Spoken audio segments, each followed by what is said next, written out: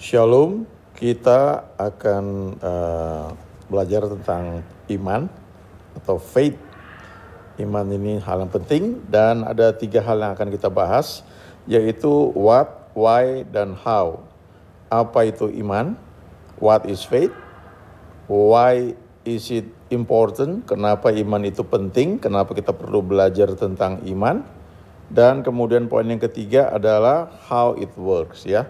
Bagaimana cara bekerjanya iman, bagaimana kita cara memperoleh iman dan menikmati apa yang Tuhan janjikan lewat iman. Kita lihat yang pertama, ya, apa itu iman? Berdasarkan definisi dari Ibrani 11 ayat 1, iman adalah dasar dari segala sesuatu yang kita harapkan dan bukti dari segala sesuatu yang tidak kita lihat. Jadi kalau kita mau mengharapkan sesuatu, khususnya dari Tuhan, ya, ada dasarnya, tempat kita berpijak, tempat kita menggantungkan harap kita, ya, itu adalah iman. Nah, saya suka sekali baca terjemahan bahasa Inggris dari Amplified Bible dari ayat ini karena lumayan jelas. Dikatakan now faith is the assurance. Sekarang iman adalah satu kepastian, satu jaminan. The confirmation, the title deed, konfirmasi atau surat tanah, ya, sertifikat bangunan of the things we hope for, dari segala sesuatu yang kita harapkan, being the proof of things we do not see, menjadi bukti dari sesuatu yang tidak kita lihat, and the conviction of their reality, dan menjadi keyakinan, kepastian dari kenyataannya itu. Lalu ini yang bagus ini, ya, dalam kurungnya ini penjelasannya. Faith perceiving as real fact what is not revealed to the senses. Jadi iman itu menerima sebagai satu kenyataan sesuatu yang tidak dapat ditangkap oleh indera kita. Nah, kita punya 5 indera, panca indera. Ada mata untuk melihat, ada hidung untuk mencium, ada kulit untuk merasa, ada lidah untuk mengecap, dan ada telinga untuk mendengar. Nah, ini yang disebut panca indera. The 5 senses, ya, 5 indera kita. Kalau iman itu dia mengatakan bahwa sesuatu itu ada, sekalipun 5 indera ini tidak bisa menangkapnya. Ya, misalnya kita masuk ruangan yang gelap, kita nggak lihat apa-apa, tapi kemudian kita mendengar suatu suara kucing. Jadi walaupun mata kita nggak lihat, kita dengar, wah, ada kucing dalam ruangan ini. Berarti kita katakan ada kucing. Nah, bisa juga mata kita nggak lihat, telinga kita nggak dengar, tapi kita mencium bau, ya.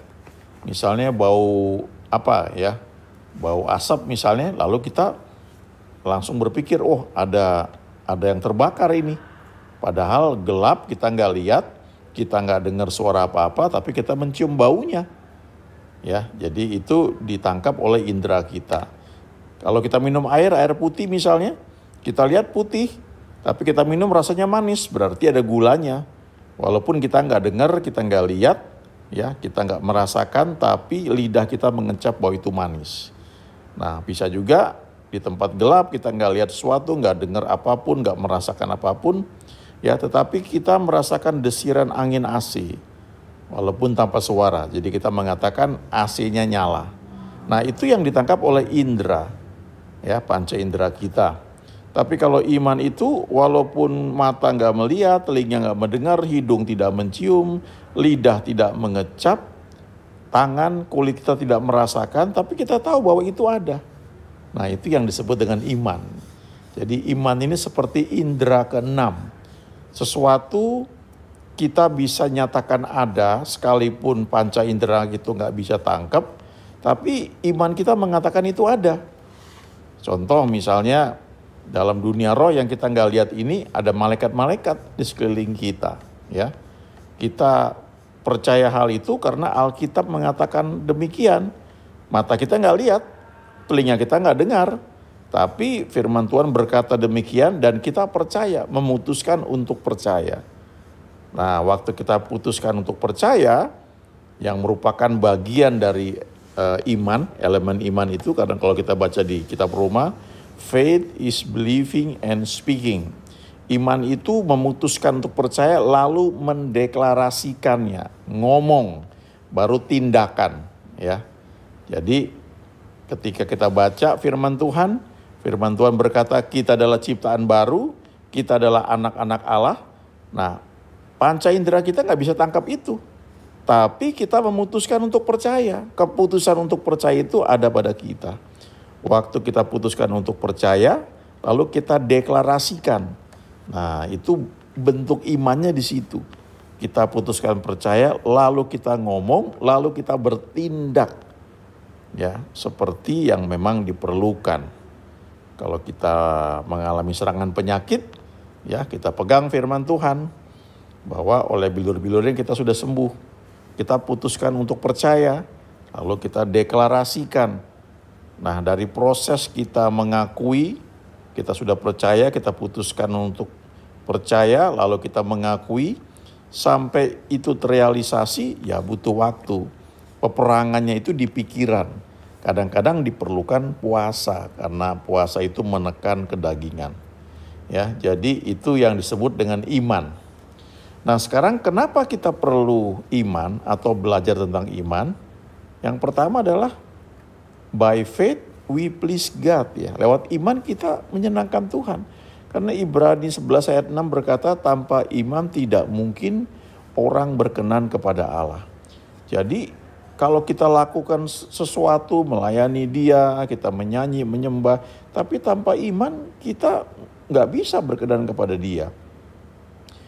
Dikatakan lebih lanjut, sebab barang siapa berpaling kepada Allah, ia harus percaya bahwa Allah ada dan bahwa Allah memberi upah kepada orang yang sungguh-sungguh mencari Dia. Jadi ketika kita melayani Tuhan, kita ini memutuskan bahwa kita percaya bahwa Tuhan ada. Dalam bahasa Inggrisnya saya suka ya, dikatakan bahwa he must believe that God is. Ya, God is what the Bible says. Kita percaya bahwa Allah itu, Tuhan itu seperti yang Alkitab katakan. Alkitab katakan juga bahwa Tuhan atau Allah memberi upah kepada orang yang sungguh-sungguh mencari Dia. Jadi kita percaya yang kita lakukan dalam melayani Dia gak pernah sia-sia, ada reward. Ya, barang siapa berpaling kepada Allah, ia harus percaya bahwa Allah ada dan Allah memberi upah, gives reward, ya, kepada orang yang sungguh-sungguh mencari Dia, orang yang diligently, yang earnestly mencari Dia. Jadi ada upah bagi orang yang rajin mencari Dia, ya, pagi-pagi benar mencari Dia dengan segenap hati, hati yang tertuju kepada Tuhan, itu ada rewardnya.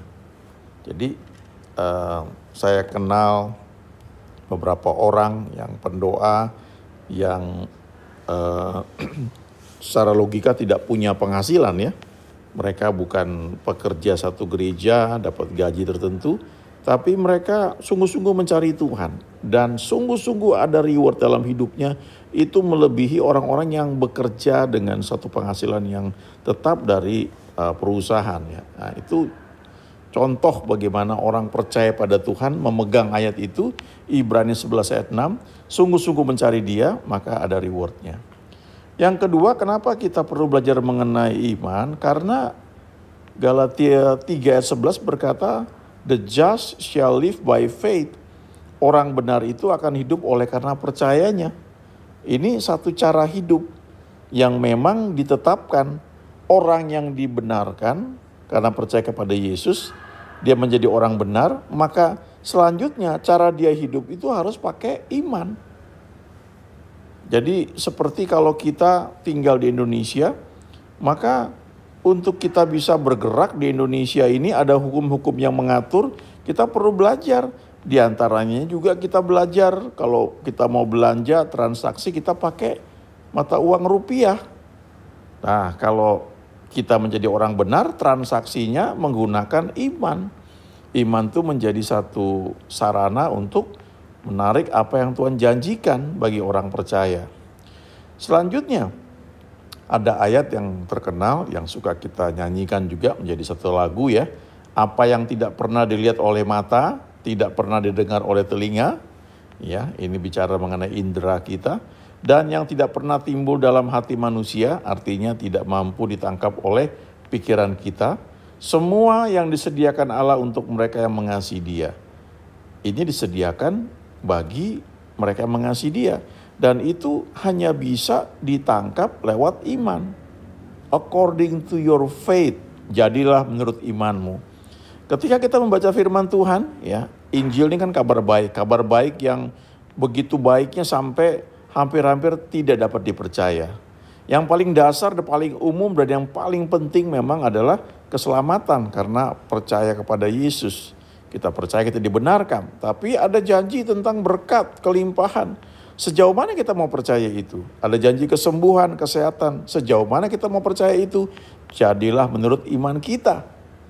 Selanjutnya, kenapa kita perlu belajar iman? Karena ini satu hal yang jarang dikotbahkan ya. Di Roma 14 ayat 23, ini Paulus bicara tentang makanan sebenarnya. Tapi coba lihat ya, dia katakan begini, barang siapa yang bimbang kalau ia makan, ia telah dihukum. Ya, dia tertuduh, dia terkondem. Karena ia tidak melakukannya berdasarkan iman. Dan segala sesuatu yang tidak berdasarkan iman adalah dosa. Jadi kalau kita melayani, kita bahkan buka gereja misalnya ya, hanya karena ikut-ikutan, tidak karena iman, artinya kita nggak dapatkan dari Tuhan untuk kita lakukan ya. Maka menurut definisi ini segala sesuatu yang tidak berdasarkan iman adalah dosa ya. Dosa itu miss the mark ya, jadi tidak mencapai sasaran. Contoh misalnya kalau di Alkitab itu adalah Abraham ya. Abraham itu juga Tuhan sudah katakan bahwa kamu akan punya anak kandung. Tapi setelah sekian lama istrinya nggak hamil-hamil juga, lalu saran dari istrinya dia terima untuk kawin dengan Hagar. Nah, tidak tercatat bagaimana Abraham itu berdoa dulu tanya Tuhan. Ya, jadi dia mengikuti saran istrinya tanpa tuntunan Tuhan dan itu adalah satu kesalahan ya, satu dosa ya sebenarnya, miss the mark. Karena kalau kita baca setelah Abraham kawin dengan Hagar, lalu Hagar hamil, pada waktu Hagar melahirkan Ismail, maka ada tenggang waktu 13 tahun Tuhan tidak bicara. Dan ketika Tuhan bicara, langsung kalimat pertama Tuhan berkata begini, Akulah El Shaddai, hiduplah di hadapanku dengan tidak bercela. Artinya tindakan Abraham itu sehingga Ismail lahir itu adalah cela di hadapan Tuhan ya. Miss the mark, itu dosa sebenarnya ya. Jadi perlu kita renungkan firman ini. Nah sekarang bagaimana iman itu bekerja? Ya, yang paling dasar Roma 10 ayat 17 berkata, iman timbul dari pendengaran dan pendengaran oleh firman Kristus. Ya, Roma 10 ayat 17. So faith comes by hearing and hearing through the word of Christ. Kalau kita baca bahasa aslinya, kata word atau firman itu adalah rema. Rema itu artinya firman yang berbicara secara pribadi kepada kita.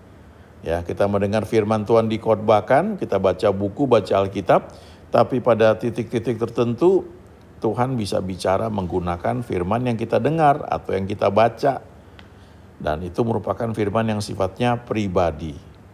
Dan kemudian dikatakan ini the word of Christ ya, firman Kristus. Kristus itu artinya diurapi.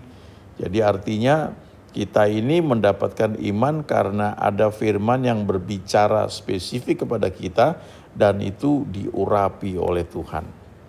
Jadi kalau kita misalnya mau membangkitkan iman kita untuk kesembuhan, secara sengaja kita mendengar firman Tuhan yang dikhotbahkan oleh seorang hamba Tuhan yang mengajarkan kesembuhan. Lebih spesifik lagi, kalau memang Tuhan pakai dia dalam pelayanan kesembuhan ilahi. Jadi firman yang dia sampaikan, apalagi dalam satu kebaktian itu, memang ada pengurapannya. Disitulah kita bisa mendapatkan benih iman untuk kesembuhan. Dulu secara sengaja saya suka hadir di kebaktian kesembuhan ilahi. Karena di situ firman Tuhan tentang kesembuhan tuh dikhotbahkan. Disitulah saya bisa ketularan iman dan percaya bahwa ada kesembuhan di dalam Tuhan. Ya. Kemudian bagaimana iman itu bisa muncul? Ya, karena ada rema, dan rema itu terjadi karena kita punya hubungan dengan Tuhan. Yohanes 6 ayat 63 Tuhan berkata, rohlah yang memberi hidup, daging sama sekali tidak berguna. Perkataan-perkataan atau rema yang kukatakan kepadamu adalah roh dan hidup. Kalau kita ingat ada lagu Kaulah Tuhan penyembuhku, Kaulah Tuhan penyembuh, Kau berfirman dan sembuhkanku, Kaulah Tuhan penyembuh. Jadi Kau berfirman, you send your word, Engkau mengirimkan firman-Mu dan sembuhkanku. Dalam terjemahan lain dikatakan Engkau mengirimkan firman-Mu dan firman-Mu itu menyembuhkan aku. Ya, jadi itu karena pergaulan, hubungan pribadi, ada rema, Tuhan berbicara kepada kita dan kita menangkapnya, firman-Nya itu yang mengubah keadaan, yang menyembuhkan, yang memberkati, itu karena firman-Nya. Kita perlu ingat juga Yesus berkata di Matius 4 ayat 4, manusia hidup bukan dari roti saja, bukan dari nasi saja atau makanan jasmani, tapi juga dari setiap rema, dari setiap firman, firman yang keluar dari mulut Allah. Dan itu sifatnya terus menerus ya, kayak mana surgawi, makanan yang perlu diambil setiap pagi. Kalau siang sudah meleleh. Jadi itu pentingnya kita bangun pagi, itu sebenarnya karena pagi itu merupakan hari di mana kita baru bangun, kita mencari Tuhan, kita mendahulukan Dia, tapi juga frekuensi otak kita tuh sedang rendah ya. Itu daily bread, makanan roti ya, harian, makanan kami secukupnya yang dikatakan di doa Bapa kami ya. Nah, jadi kekristenan itu memang soal hubungan. Ketika kita terima Tuhan Yesus, kita dibenarkan karena kita percaya kepada Dia. Ya, karena iman kita kepada Dia, maka selanjutnya kita perlu hidup dalam persekutuan dengan Dia. Kita bertumbuh dalam pengenalan dengan Dia. Makanya dikatakan di Yohanes 17 ayat 3, inilah hidup yang kekal itu, yaitu bahwa mereka mengenal Engkau, satu-satunya Allah yang benar, dan mengenal Yesus Kristus yang telah Engkau utus. Itu di Yohanes 17 ayat 3 ya. Nah, kata mengenal itu adalah ginosko. Dan ginosko itu juga ungkapan yang dipakai untuk menunjukkan hubungan intim antara suami dengan istrinya. Jadi kata mengenal ini kata yang menunjukkan bahwa kita kenal secara intim dengan Tuhan. Itu persekutuan. Disitulah rema itu muncul dan menimbulkan iman. Kemudian kalau kita lihat Efesus 2 ayat 8, ini juga ayat yang penting yang perlu kita ingat ya. Sebab karena kasih karunia kamu diselamatkan oleh iman. Jadi kita ini diselamatkan oleh dua hal. Oleh kasih karunia dari Tuhan, tapi juga lewat iman. Kasih karunia itu tangan Tuhan yang terulur kepada kita. Iman itu tangan kita yang terulur kepada Tuhan, menyambut uluran tangan Tuhan. Ya, itu bukan hasil usahamu tetapi pemberian Allah. Kata diselamatkan dalam bahasa aslinya adalah sozo, dan kata sozo ini di bagian lain diterjemahkan sebagai diselamatkan, disembuhkan, dilepaskan, dipulihkan. Jadi artinya luas sekali. Jadi artinya kita ini kalau mau menerima janji Tuhan, mau disembuhkan, diberkati, dipulihkan, maka kita perlu pakai iman. Ya, iman itu yang menarik apa yang Tuhan berikan bagi kita, orang-orang percaya. Bagaimana iman itu timbul? Ya, baca firman, dengar firman, lalu izinkan Roh Kudus bicara kepada kita. Ya, ada satu proses. Tentunya kita perlu bersekutu, yaitu menolong iman kita untuk bertumbuh. Kita bisa ketularan iman yang positif, ya, bukan ketularan yang negatif, ya, ketakutan, tapi justru menerima hal yang positif ya. Kita menjadi orang yang berapi-api menyala kepada Tuhan ya. Nah, disitulah kita bisa belajar meraih apa yang Tuhan janjikan bagi kita. Kalau ia ditolong, saya juga. Ya, itu lagu yang terkenal ya, tak tersembunyi kuasa Allah. Tuhan itu baik, ya. Kalau Dia tolong orang lain, kita juga ditolong. Tapi tentu butuh kerjasama, butuh iman, ya. Haleluya, amin.